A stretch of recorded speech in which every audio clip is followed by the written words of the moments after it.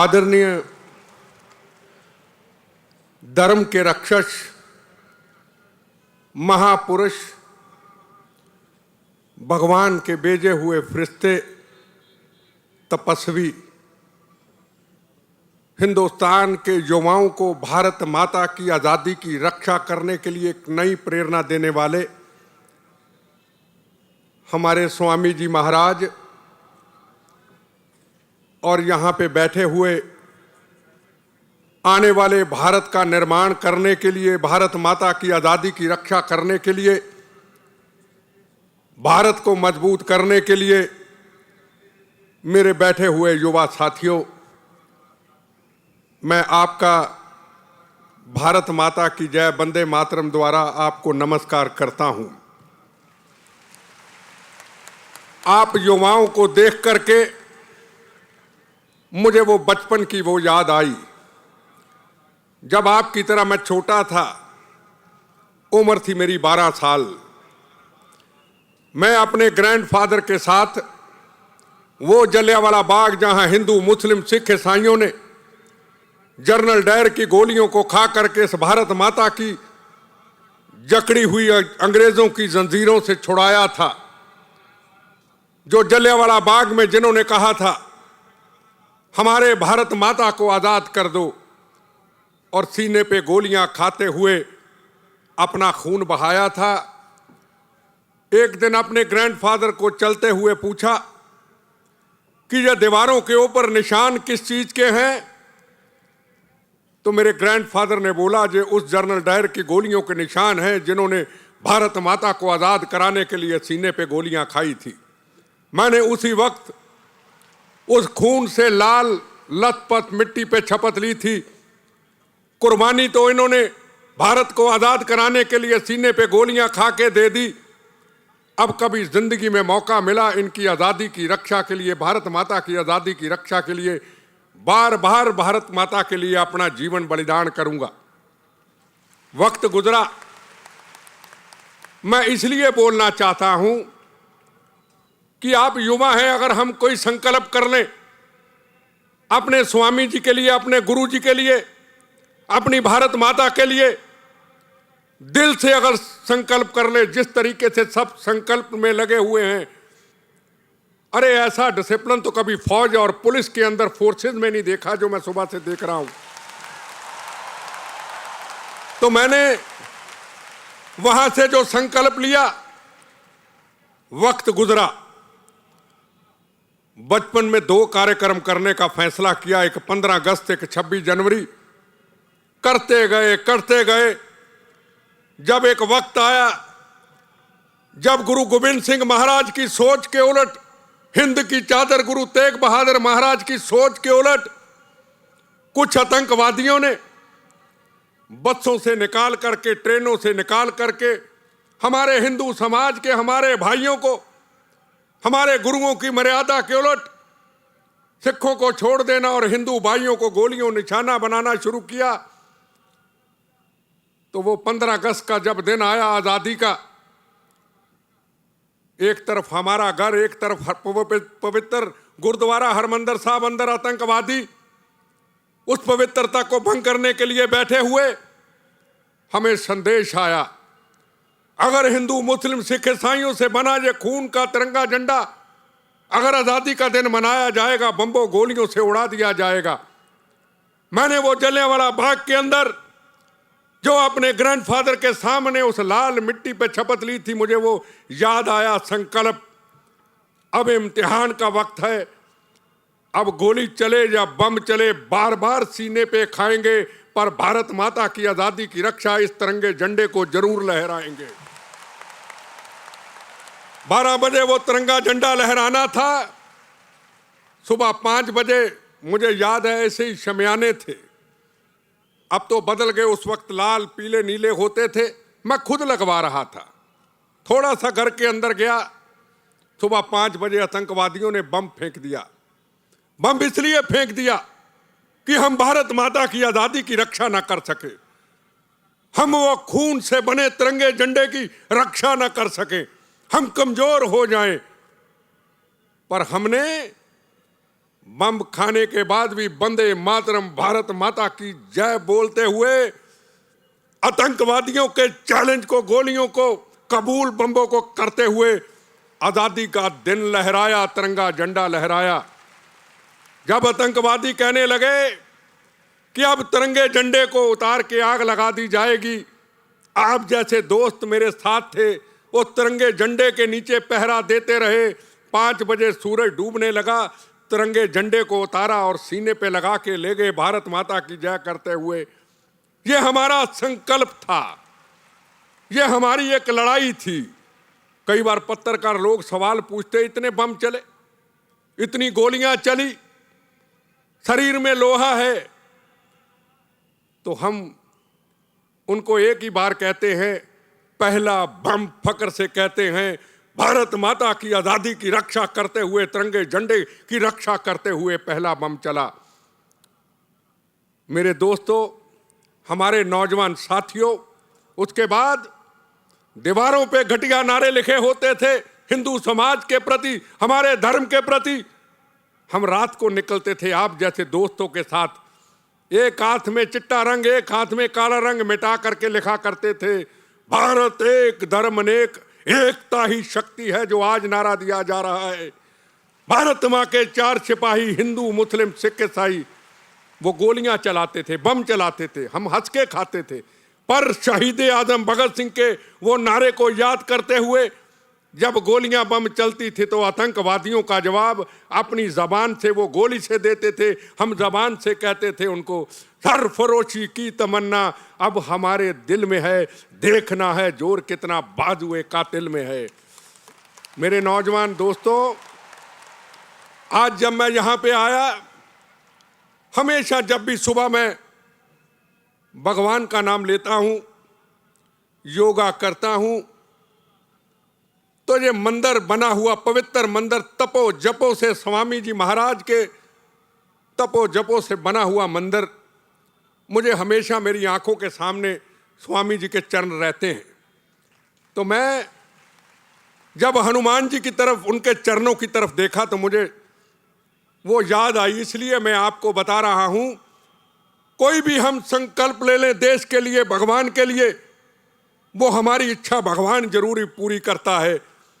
मैं 10 साल पहले एक बालाजी मेहंदीपुर हनुमान जी का मंदिर है राजस्थान में, को मेरा दोस्त मुझे ले गया, मेरी आस्था जुड़ गई। मैं 10 साल से जाता हूं हर शनिवार मंगलवार। एक दिन हनुमान चालीसा पढ़ते पढ़ते, उन दिनों में ये कहा जाता था कि राम सेतु तो है ही नहीं। अरे राम सेतु नहीं तो हनुमान जी नहीं, राम सेतु नहीं तो राम जी, सीता, लक्ष्मण जी नहीं। मैंने सुबह शाम जो मैं हनुमान चालीसा पढ़ता था, पढ़ते पढ़ते कहा, अरे तुमने तो सब कुछ छोड़ दिया, तुम तो भगवान के चरणों में लग गए। इतिहासकारों ने कह दिया, कोर्ट ने कह दिया, राजनीतिक लोगों ने कह दिया, वोट की राजनीति, सत्ता की राजनीति, इस धर्म को कमजोर करने वाले लोग, इस धर्म को बिल्कुल नीचे गिराने वाले लोगों ने कह दिया, राम तो है ही नहीं, राम सेतु है ही नहीं। मैंने कहा, जहां हनुमान जी के मंदिर, राम जी के चरणों में जाना छोड़ दूंगा, जब मैं राम सेतु टूटने नहीं दूंगा, सबसे पहले कुर्बानी दूंगा तो राम सेतु के लिए मैं दूंगा।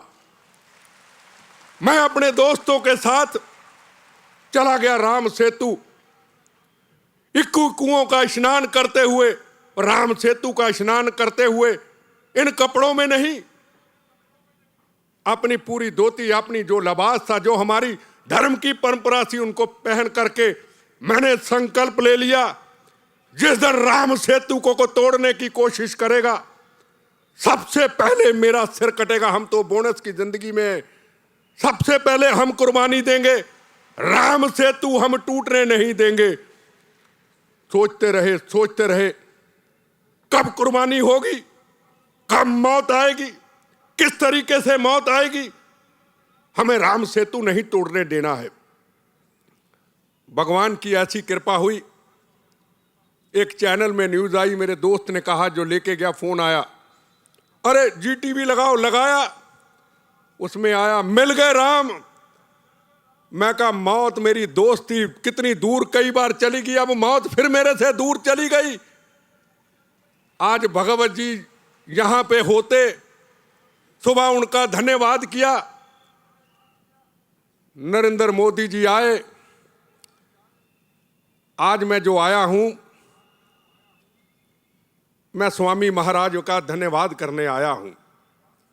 किस चीज का धन्यवाद? मैं को नरेंद्र मोदी जी का प्रवक्ता नहीं हूं, मैं को बीजेपी का प्रवक्ता नहीं हूं, मैं तो बचपन से कांग्रेसी हूं, पर मेरी विचार आजाद हैं।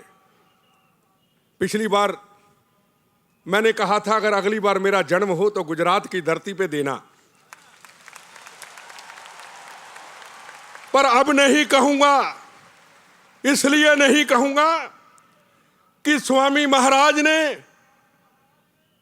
पूरा हिंदुस्तान ही गुजरात बना दिया, दुनिया गुजरात बना दी। America, UK, Canada, South Africa, ऐसे एक व्यक्ति को आशीर्वाद दिया जिसका नाम नरेंद्र मोदी, जिसको हिंदुस्तान के तख्त पे बिठा दिया और उसने बता दिया गुजरात क्या है, हिंदुस्तान क्या है, दुनिया को बता दिया। हमें पूरा हिंदुस्तान ऐसा गुजरात बनाना है, ऐसा गुजरात, ऐसा हिंदुस्तान। जो आपके अंदर शक्ति है स्वामी जी की कृपा से, वो शक्ति हमें पूरे देश में कहीं दिखाई नहीं देती। मैं भी यूथ कांग्रेस का प्रेसिडेंट रह करके 6 साल लाखों की भीड़ इकट्ठी की, लाखों की देखी, 4-4 लाख की भीड़ इकट्ठी की, पर आज आपको देख करके, युवाओं को, बच्चों को देख करके कहता था कि वो तो एक झूठ था, सच का मंदिर तो यही है जो स्वामी जी ने सजाया है।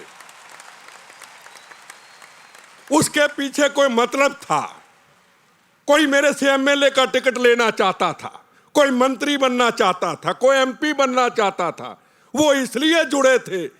पर ये जो स्वामी जी महाराज ने युवा जोड़े हैं, इनका स्वार्थ कुछ नहीं, इनका स्वार्थ धर्म की रक्षा, भारत माता की आजादी की रक्षा, भारत को मजबूत करने की रक्षा, गुजरात की रक्षा। इतनी बड़ी शक्ति, इतना बड़ा एक आदर्श का मंदिर, इतना बड़ा एक सच्चाई का मंदिर, इतना बड़ा समुंदर सैलाब की तरह मैं देख रहा हूं। एक भी युवा सुबह से लेकर शाम तक हिला नहीं। ताड़ी उस वक्त बजती है जब महाराज के प्रवचनों का कोई मतलब होता है। आप हमारे देश को मजबूत करेंगे, आपके ऊपर बहुत बड़ी जिम्मेदारियां हैं। स्वामी जी ने आपको काम पे लगा दिया। आप अच्छी शिक्षा लेते, शिक्षा इसलिए नहीं लेते अपने लिए, अपने मां बाप के लिए नहीं। हमारी शिक्षा ऐसी होनी चाहिए जब भी हम बड़े हों, वो सबसे बड़ा मंदिर भारत मां, जिसके अंदर हम समाये हुए हैं, बड़े हो करके उस भारत माता की आजादी की रक्षा और भारत माता का नाम पूरी दुनिया में ऊंचा करे, ये हमारे में संकल्प होना चाहिए। स्वामी जी महाराज ने आपको इसी रास्ते पे चलाया है। क्या नारा दिया है? युवा ही शक्ति है, युवा ही एकता है, युवा ही देश को मजबूत करेगा। बच्चों, एक बात मेरी जरूर याद रखना, जो मेरा जिंदगी का एक्सपीरियंस है। सिर्फ एक बात, कुर्बानी देंगे हम आपके लिए, देश के लिए, भारत माता की आजादी की रक्षा के लिए। हम तो बोनस की जिंदगी में मर चुके, फिर देश के लिए हम मरेंगे। पर आप एक काम करना, जहां देश की आजादी की रक्षा की बात आ जाए, जहां धर्म की रक्षा की बात आ जाए, उसके लिए कोई भी आपस में कभी वैर विरोध ना रखना।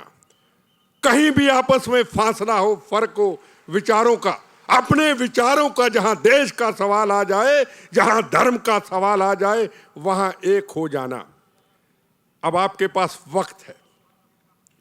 देश नए युग की तरफ चल चुका है और ये बड़ौदा की धरती, एक स्वामी जी महाराज, उन्होंने इतनी कृपा कर दी, उनसे मन्नत मांगी, पूरी हो गई।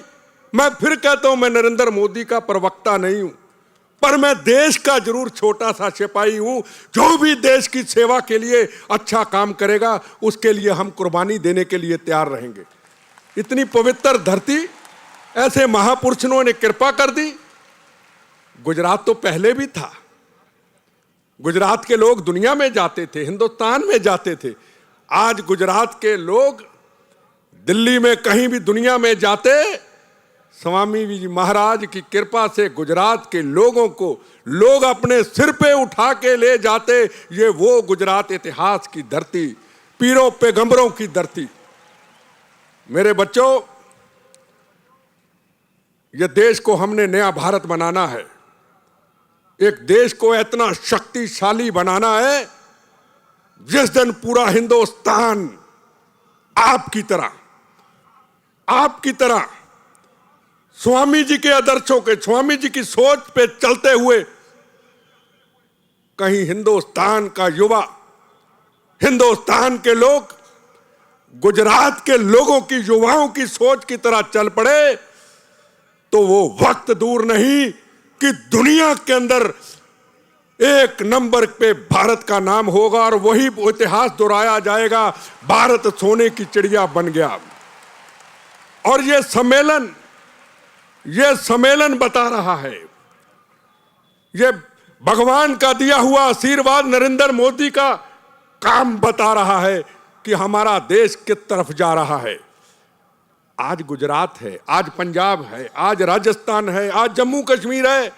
ये भी पाकिस्तान के मिला हुआ है। सामने कराची पड़ता है, वहां नार्को टेररिज्म है, वहां हथियारों का टेररिज्म है, वहां इकोनॉमिक टेररिज्म है।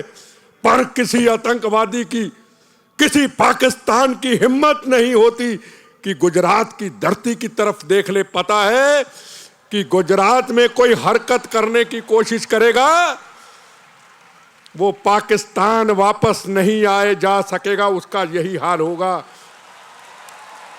और आज बता दिया है हिंदुस्तान के प्राइम मिनिस्टर ने, ये पुराना वक्त नहीं कि हमारे जवानों के सिर कट जाएंगे और हमारे जवानों के सिरों के साथ फुटबॉल खेले जाएंगे।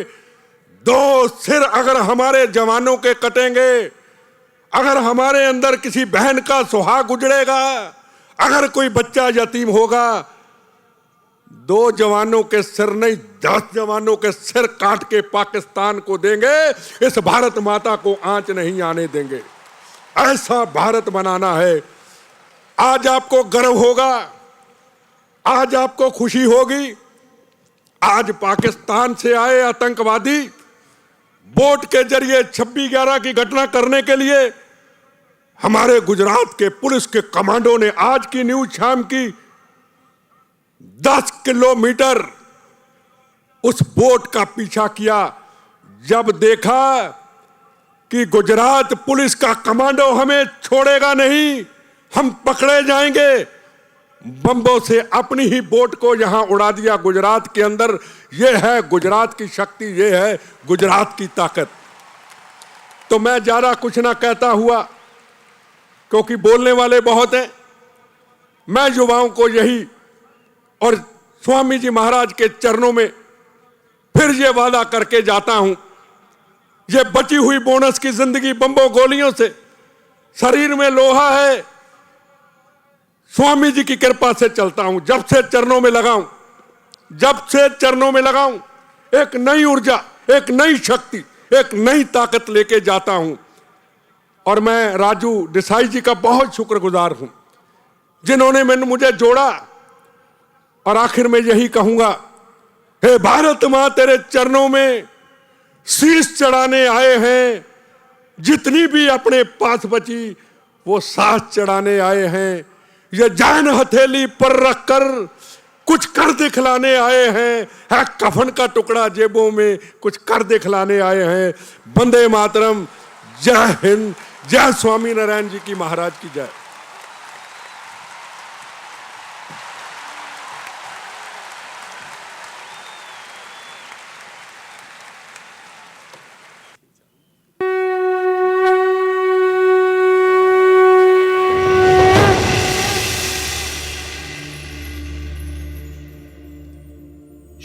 हरि कृपा से हरि कथा गावे, सार्थक जीवन की राह दिखावे। श्री हरि नाम में प्रेम अनुपम, निष्ठा और महिमा प्रगटावे। संगति से सब सन्मति पाए, हरि कथा बिन कछु नहीं भाए। बचपन से है श्री हरि से नाता, गीता भागवत के विरल ज्ञाता। रामायण भी दिल को छूती, समर्पण और भक्ति की युति। व्रज लक्ष्मी के ये हैं दुलारे, भाई श्री बने हैं जग के प्यारे। तत्व ज्योति से प्रगटी ज्योति, विचारों के मनमोहक मोती। श्री हरि का मंदिर भव्य रचाया, विज्ञान का भी महिमा गाया। सुदामापुरी से प्रसरावे चेतन, सांदीपनी विद्या निकेतन। आइए हम भी श्री हरि की महिमा गान करें, परम पूज्य श्री रमेश भाई जी के आशीष प्राप्त करें। परम पूज्य श्री रमेश भाई जी के आशीष प्राप्त करें।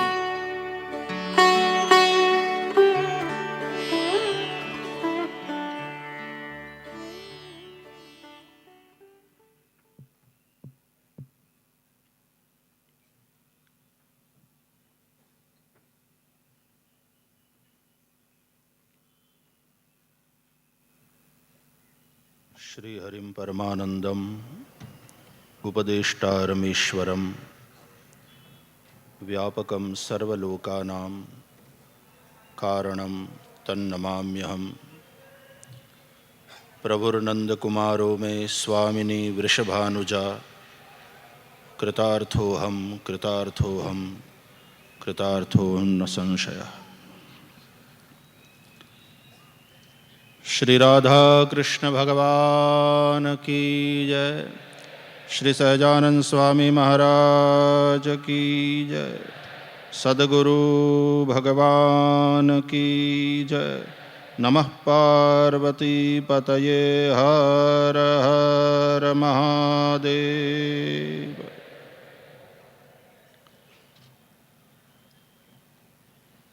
परम पूज्य स्वामी जी, पूज्य द्वारकेशलाल जी महाराज, पूजनीय जशभाई साहेब, मंचासीन सौ वंदनीय संतो ने महानुभाव अने स्वामीना वाला युवको,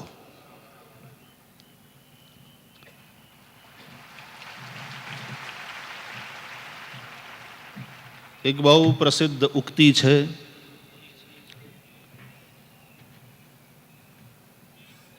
कि यौवन ए जीवननी वसंत है, वसंत ए ऋतुओનું यौवन है। वसंत एटले ऋतुओનું यौवन। षड ऋतु है આપણે ત્યાં, અને એમાં વસંત ઋતુ એ ઋતુઓનું યૌવન છે, ઋતુઓની યુવાની છે। પણ યુવાન એ જીવનની વસંત છે। અને આ ઉંમરે જો કોઈ હાથ પકડવા વાળો યોગ્ય સંત મળી જાય, અને જેમ પૂજનીય સ્વામીજી હમણાં કહ્યું એમ એવી કોઈ માં મળી જાય, કારણ કે સંત એ માં છે, तो ये युवानी क्यारे डगमगे नहीं, एना मार्ग थी चलित न थाय। आपणे सौ जाणीए छीए कि अत्यारे आपणुं राष्ट्र भारत, आ देश विश्वना सौथी युवान देश में गणाय छे। आ देश में युवानों पॉप्युलेशन बहु मोटू छे, अने आज समय छे कि देशनो युवान जो बराबर तैयार थई जाए, चरित्रशील बने अने राष्ट्रना निर्माण में, समाजनी उन्नति में कामे लागी जाए, तो आ राष्ट्र भारत એ વિશ્વની અંદર સર્વોચ્ચ સ્થાને બિરાજે, એમાં કોઈ શક નથી.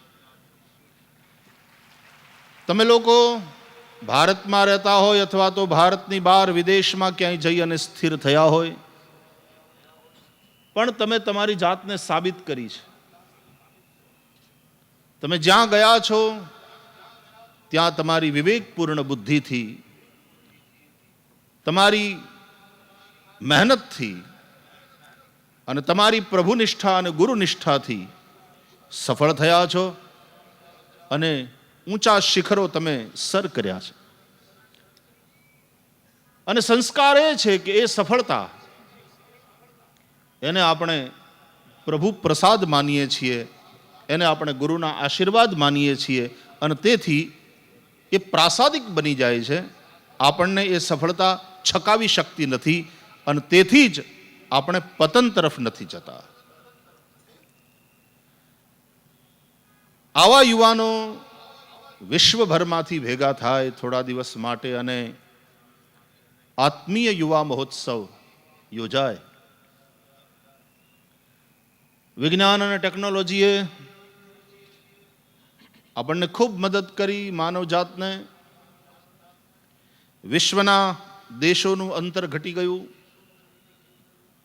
આપણે જ્યાં રહેતા હોઈએ, આપણા સ્વજનો જ્યાં રહેતા હોઈએ, આપણી વચ્ચેનું અંતર આ વિજ્ઞાન અને ટેકનોલોજીએ ઓછું કરી નાખ્યું.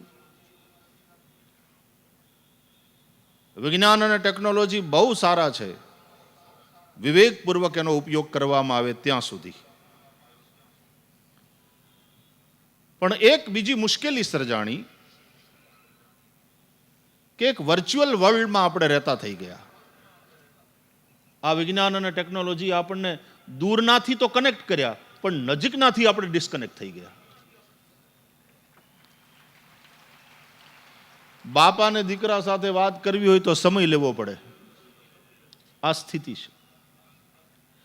પરિવારના સભ્યોની વચ્ચે સંવાદો ઘટવા માંડ્યા છે અને એ સંવાદો ઘટવા માંડ્યા તેને લઈ અને પારિવારિક જીવનમાં પણ સંવાદિતા ખતમ થવા માંડી છે અને એ કારણે આપણે હવે ન્યુક્લિયર ફેમિલીમાં રહેતા થયા છે. પરિવારો વહેંચાતા જાય છે. મેં તો એક જગ્યાએ લેખ વાંચ્યો હતો કે આ ગ્લોબલ વોર્મિંગ વધે છે અને ઋતુચક્ર આખું ડિસ્ટર્બ થઈ રહ્યું છે. એના કારણો શું? વિદેશના કોઈ મેગેઝિનમાં એ લેખ હું વાંચતો હતો ને એ મેગેઝિનમાં કારણો બધા લખ્યા હતા, પણ એમાંનું એક કારણ એના ઉપર મારી દ્રષ્ટિ સ્થિર થઈ. તમને કદાચ સાંભળીને નવાઈ લાગશે, પણ વધતા જતા ગ્લોબલ વોર્મિંગના જેટલા કારણો છે એમાંનું એક કારણ સાંભળજો, એમાંનું એક કારણ એટલે તૂટતી જતી કુટુંબ વ્યવસ્થા. આપણને એમ થાય કે તૂટતા કુટુંબો અને ગ્લોબલ વોર્મિંગને શું સંબંધ? બહુ સરસ સમજાયું હતું કે જેટલા માણસો જુદા પડતા જાય છે, કુટુંબો તૂટતા જાય છે, પરિવાર તૂટતા જાય છે, ભાઈ ભાઈની સાથે રહી શકતો નથી અને જેની સાથે રહી શકીએ ત્યાં આપણે મજા લઈ શકતા નથી. જેની હારે રહેવું જ પડે એવી સ્થિતિ છે, પાડોશી હોય, પત્ની હોય કે પતિ હોય, ત્યાં આપણે એડજસ્ટમેન્ટ નથી કરી શકતા, ત્યાં મજા લઈ શકતા નથી. અને તેથી વિભક્ત કુટુંબો થતા જાય. પરિણામે નવું મકાન જોઈએ. નવું મકાન જોઈએ એટલે એના માટે એટલા પાણા જોઈએ, એટલી ઈંટું જોઈએ, એટલી સિમેન્ટ જોઈએ, એટલા લાકડા જોઈએ. ફર્નિચર બનાવવાનું ને, ત્યાં ઇલેક્ટ્રિસિટી પહોંચાડવાની, ત્યાં પાણી પહોંચાડવાનું, જે બેઝિક ઇન્ફ્રાસ્ટ્રક્ચર જોઈએ એ બધું જોઈએ.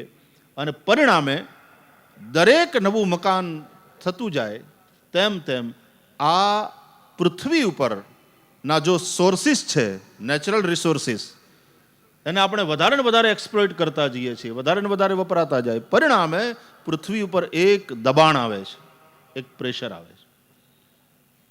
આપણે સાથે રહેતા હતા ત્યારે શું થતું હતું? એક ટ્યુબલાઇટમાં 5 છોકરા વાંચી સારી રીતે પરીક્ષા આપીને મોટા થઈ જાય. હવે દરેકના બેડરૂમ અલગ છે અને એક રૂમમાં પછી કેટલી લાઇટો! કુદરતના કેટલા બધા રિસોર્સિસને કુદરતી સ્ત્રોતોને આપણે સાવ વિવેક મૂકી અને વાપરવા માંડ્યા. આત્મીયતા એટલે વ્યક્તિની વ્યક્તિ સાથેની આત્મીયતા, વ્યક્તિની સમાજ સાથેની આત્મીયતા, વ્યક્તિની વિશ્વની માનવતા સાથેની આત્મીયતા અને એનાથી આગળ વધીને કુદરત સાથેની આત્મીયતા. અને જ્યારે આત્મીયતા હોય એ આત્મીયતા હૃદયના ભાવ વગર નહીં આવે. એના માટે હૃદય બહુ વિશાળ હોવું જોઈએ. અને હૃદય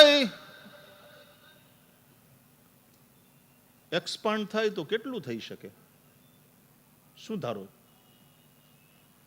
ફુગામાં હવા નાખો, ભરો એટલે એ આમ ફૂલે, અને ફૂલે ને એક્સપાન્ડ થાય તો કેટલો ફૂલે? એની એક મર્યાદા તો હોય છે ને, પછી એ ફૂટી જાય. હૃદય એક્સપાન્ડ થાય કેટલું થઈ શકે? અને હૃદય એટલે આ ફિઝિકલ હાર્ટ છે, અંદર ધડકે છે એની વાત નથી. પૂજ્ય સ્વામી લગાતાર આપણને અહીંયાથી કહેતા રહ્યા છે, એ હૃદય એટલે લાગણીઓ, એ હૃદય એટલે પ્રેમ. આ હૃદય એક્સપાન્ડ થાય તો કેટલું થાય? સાહેબ, આ હૃદયની અંદર એ તાકાત છે કે જો એક્સપાન્ડ થઈ શકે અને ઓલામાં હવા ભરવી પડે, આમાં પ્રેમ ભરવો પડે તો આમ એક્સપાન્ડ થાય. હૃદયમાં પ્રેમ ભરવો પડે. અને જેમ જેમ પ્રેમ ભરાતો જાય ને હૃદય એક્સપાન્ડ થતું જાય, એ કેવડું એક્સપાન્ડ થઈ શકે? વધી વધીને બોલે વાત શું કરો વાલા, આખી દુનિયા હમાઈ જાય અંદર, એટલું એક્સપાન્ડ થઈ શકે હૃદય. આખી દુનિયા અંદર સમાઈ જાય. એટલા માટે જ આપણે ત્યાં એક શ્લોક છે, અયમ નિજમ પરો વેત્તિ ગણના લઘુચેતસામ. અયમ નિજમ પરો વેત્તિ ગણના લઘુચેતસામ ઉદાર ચરિતાનાંતુ વસુધૈવ કુટુંબકમ. અમારું અને આ તારું आवो भेद वो छोटी सोच वाले के मन में होता है, उनके हृदय में होता है. जो उदार चरित्र वाले लोग हैं, जिनका हृदय उदार है, जिनकी सोच उदार है, उनके लिए यह संपूर्ण वसुधा, यह संपूर्ण पृथ्वी एक परिवार है. વસુધૈવ કુટુંબકમની ભાવનાને લઈને ચાલનારા આપણે. એટલે હું કદાચ આ બીજી વાર કે ત્રીજી વાર યુવા મહોત્સવમાં આવ્યો છું. આ ત્રીજી વાર અહીંયા સ્વામી પણ યાદ દેવડાવે છે કે ત્રીજી વાર યુવા મહોત્સવમાં સંબોધી રહ્યો છું. અને આટલી મોટી સંખ્યામાં, ને સંખ્યા જવા દો, સંખ્યા મોટી છે એના કરતા તમારો ભાવ મોટો છે. મહત્વ એનું છે કે સ્વામી જે બોલે છે અથવા તો સંતો આ મંચ ઉપરથી જે સંબોધન કરે છે, એ એક એક વાતને તમે જેટલા તન્મય થઈને અને સમર્પિત થઈને સાંભળી રહ્યા છો, તમારું એ જે સમર્પણ છે, સ્વામી લગાતાર, હું એમને કાન દઈને બરાબર સાંભળતો હતો અને વચ્ચે વચ્ચે એક શબ્દ વારંવાર આવતો જતો હતો, જાગજો જાગજો જાગજો. ઉત્તિષ્ઠત જાગ્રત પ્રાપ્ય વરાન નિબોધત. મહાપુરુષો લગાતાર આપણને જગાડે છે. હમણાં એક મહાત્મા બહુ સરસ વાત કરતા હતા કોઈ જગ્યાએ કે ભાઈ તમે લોકો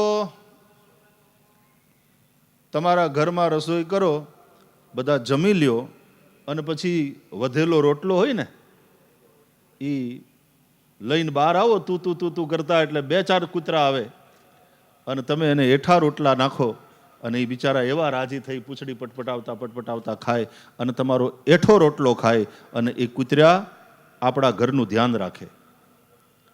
જાગતા હુતા હોય રાતના, કોક અજાણ્યું આવે, કોક ચોર આવે એટલે તરત ભસ